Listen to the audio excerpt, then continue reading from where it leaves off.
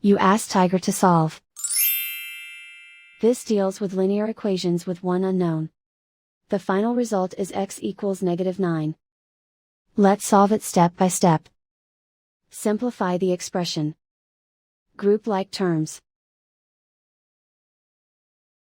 Simplify the arithmetic. Group all constants on the right side of the equation. Add 8 to both sides. Simplify the arithmetic.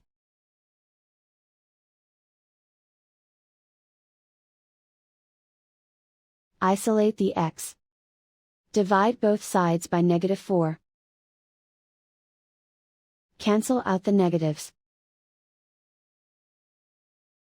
Simplify the fraction. Move the negative sign from the denominator to the numerator. Find the greatest common factor of the numerator and denominator. Factor out and cancel the greatest common factor. And so the final result is x equals -9.